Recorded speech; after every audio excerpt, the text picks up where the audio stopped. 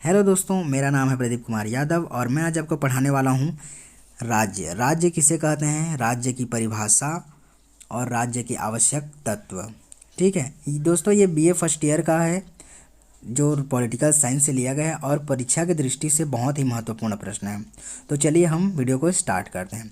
सबसे पहले मैं आपको राज्य की परिभाषा बता दूँ। राज्य परिवार तथा ग्रामों का एक संघ है जिसका उद्देश्य एक पूर्ण तथा आत्मनिर्भर जीवन की स्थापना है। ठीक है। राज्य के तत्व। राज्य के तत्व हैं, पहला है जनसंख्या, दूसरा है भूभाग, तीसरा है सरकार और चौथा है संप्रभुता। अब राज्य की जनसंख्या के बारे से आपको वर्णन कर दूं, जनसंख्या क्या है। ठीक है। जनसंख्या राज्य का सबसे महत्वपूर्ण तत्व है। पृथ्वी पर बिना लोगों के राज्य नहीं बन सकता। यदि किसी क्षेत्र में कोई व्यक्ति ही नहीं रहता है तो वहाँ राज्य नहीं बन सकता। राज्य बनने के लिए वहाँ लोगों का निवास करना जरूरी है। राज्य के लिए एक निश्चित जनसंख्या में लोगों का निवास करना जरूरी है। राजनीति विद्वानों ने जनसंख्या के आकार को लेकर कई मत दिए, जिसमें प्लेटो ने राज्य की जनसंख्या के बारे में बताया कि एक राज्य में कम से कम 5040 की जनसंख्या होनी चाहिए।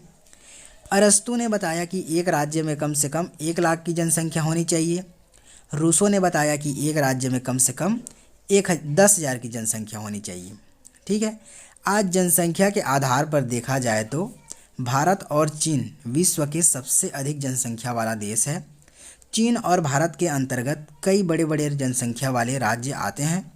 विश्व का सबसे छोटा जनसंख्या वाला राज्य वेटिकन सिटी है, जो लगभग 44 हेक्टेयर मतलब 110 एकड़ के क्षेत्रफल में फैला हुआ है। वेटिकन सिटी की जनसंख्या 1000 है। दूसरा में विश्व की सबसे कम जनसंख्या वाला राज्य मोनाको है, जिसकी जनसंख्या 2016 की जनगणना के आधार पर 38,400 है। मोनाको सिटी का क्षेत्रफल 0.780 वर्ग मील है। वर्तमान समय में बढ़ती जनसंख्या के कारण लोगों को कई समस्याओं का सामना करना पड़ा। वर्तमान समय में बढ़ती जनसंख्या के कारण लोगों को कई समस्याओं का सामना करना पड़ रहा है। लोगों को नौकरियों की समस्या आ रही है। बढ़ती जनसंख्या के कारण बढ़ती महंगाई का सामना करना पड़ रहा है। अरस्तु ने कहा है कि एक अच्छा नागरिक एक अच्छा राज्य बनाता है और एक बुरा नागरिक बुरा राज्य बनाता है। इसलिए जनसंख्या का राज्य महत्वपूर्ण तत्व बताया गया है। इसलिए जनसंख्या को राज्य का महत्वपूर्ण तत्व बताया गया है। दूसरा है भूभाग। भूभाग राज्य का दूसरा आवश्यक तत्व है। जनसंख्या की तरह भूभाग भी राज्य के लिए अति महत्वपूर्ण तत्व है। बिना निश्चित भूभाग के बिना राज्य का निर्माण नहीं किया जा सकता। ठीक है। बिना निश्चित भूभाग के राज्य का निर्माण नहीं किया जा सकता। राज्य के लिए एक निश्चित भूभाग का होना बहुत जरूरी है। भूभाग के बिना राज्य निर्माण की कल्पना भी नहीं की जा सकती। ब्लूमसली के शब्दों में राज्य की शक्ति का आधार जनसंख्या है और इसका भौतिक आधार भूमि है। जनता तब तक है जब तक एक निश्चित भूभाग हो। गिलक्राइस्ट के अनुसार बिना निश्चित भूभाग के राज्य की कल्पना नहीं की जा सकती। राज्य के लिए एक निश्चित भूखंड का होना आवश्यक है। राज्य के लिए एक निश्चित सीमाएं होनी चाहिए। राज्य के लिए भूमि का महत्व भौतिक दृष्टि से ही नहीं बल्कि आध्यात्मिक दृष्टि से भी आवश्यक है। बिना निश्चित भूभाग के लोगों में आपस में प्रेम, राष्ट्र प्रेम, एकता, बंधुत्व आदि की भावनाएं नहीं आ सकती। भूभाग मानव के जीवन के लिए एक अत्यंत आवश्यक है। तीसरा है सरकार। राज्य का तीसरा आवश्यक तत्व सरकार है। जनसंख्या और भूभाग की तरह सरकार भी राज्य के लिए महत्वपूर्ण भूमिका निभाते हैं। किसी भी निश्चित भूभाग में रहने वाले लोगों तब तक राज्य नहीं कहा जा सकता। किसी भी निश्चित भूभाग में रहने वाले लोगों को तब तक राज्य नहीं कहा जा सकता जब तक वहाँ शासन ना हो।